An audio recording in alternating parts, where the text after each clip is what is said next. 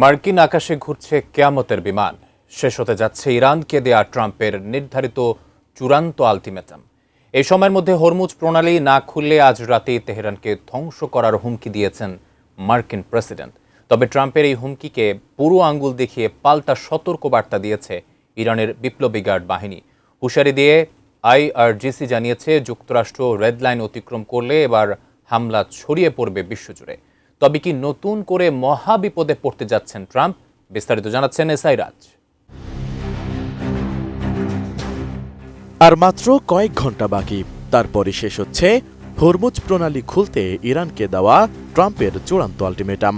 নিজের বেঁধে দেওয়া সময়সীমা স্থানীয় সময় মঙ্গলবার রাত ৮টা ঘনিয়ে আসার মুখে ইরানের বিরুদ্ধে ভয়াবহ এক হুমকি দিয়েছেন মার্কিন প্রেসিডেন্ট ডোনাল্ড ট্রাম্প।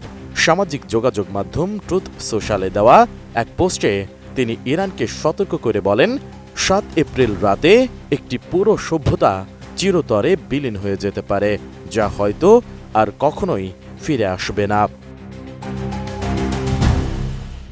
ট্রাম্প তার বার্তায় উল্লেখ করেন, তিনি ব্যক্তিগতভাবে এমন ধ্বংসাত্মক কিছু ঘটুক তা চান না, তবে বর্তমান পরিস্থিতিতে এটি ঘটার সম্ভাবনাই বেশি।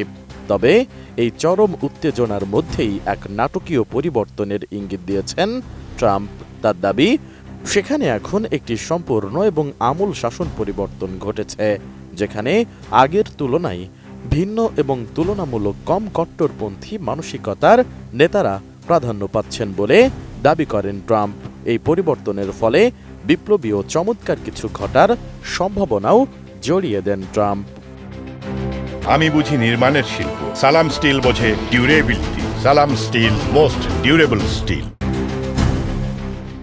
বিশ্বের দীর্ঘ ও জটিল ইতিহাসে আজকের রাতটিকে অন্যতম গুরুত্বপূর্ণ মুহূর্ত হিসেবে অভিহিত করেছেন মার্কিন প্রেসিডেন্ট ডোনাল্ড ট্রাম্প। তিনি বলেন, গত ৪৭ বছরের চাঁদাবাজি, দুর্নীতি এবং মৃত্যুর রাজনীতির অবসান ঘটতে চলেছে আজ রাতে।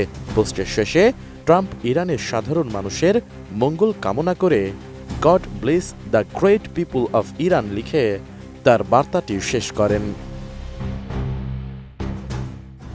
এদিকে ট্রাম্প বাহিনী যদি ইরানের বেসামরিক স্থাপনায় হামলা চালায়, তবে একইভাবে পাল্টা জবাব দিতে দ্বিধা করা হবে না বলে কঠোর হুঁশিয়ারি দিয়েছেন ইরানের ইসলামী বিপ্লবী গার্ড বাহিনী।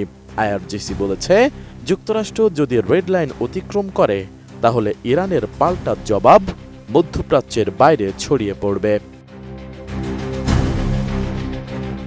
ফরাসি বার্তা সংস্থা এএফপির প্রতিবেদনে বলা হয়েছে, মধ্যপ্রাচ্যের বাইরে যুক্তরাষ্ট্র ও তার মিত্রদের স্বার্থ সংশ্লিষ্ট লক্ষ্যবস্তুতে হামলা চালানোর হুমকি দিয়েছে আইআরজিসি। বিবৃতিতে তারা বলেছে, ইরানের সামরিক বাহিনীর আদর্শিক শাখা বিপ্লবী গার্ড বাহিনী বিভিন্ন অবকাঠামোকে লক্ষ্যবস্তু করবে, যাতে আগামী কয়েক বছর এই অঞ্চলে যুক্তরাষ্ট্র ও তার মিত্রদের তেল ও গ্যাস প্রাপ্তি বন্ধ হয়ে যায়। আইআরজিসি আরও বলেছে, আমেরিকার আঞ্চলিক অংশীদারদেরও জানা উচিত, আজ পর্যন্ত আমরা সুপ্রতিবেশী সুলভ আচরণের স্বার্থে ব্যাপক ধৈর্য প্রদর্শন করেছি এবং পাল্টা আঘাতের জন্য লক্ষ্যবস্তু নির্বাচনে কিছুটা সংযত ছিলাম, কিন্তু আজ থেকে সেসব সীমাবদ্ধতা তুলে নেওয়া হবে। এখন পুরো বিশ্ব তাকিয়ে আছে পরবর্তী পরিস্থিতির দিকে। সকলের প্রশ্ন, সত্যিই কি আজ রাতে ইরানে পারমাণবিক বোমা ফেলবে যুক্তরাষ্ট্র, নাকি এর সবটাই যুদ্ধের কৌশল? এসআই রাজ, এটিএন নিউজ।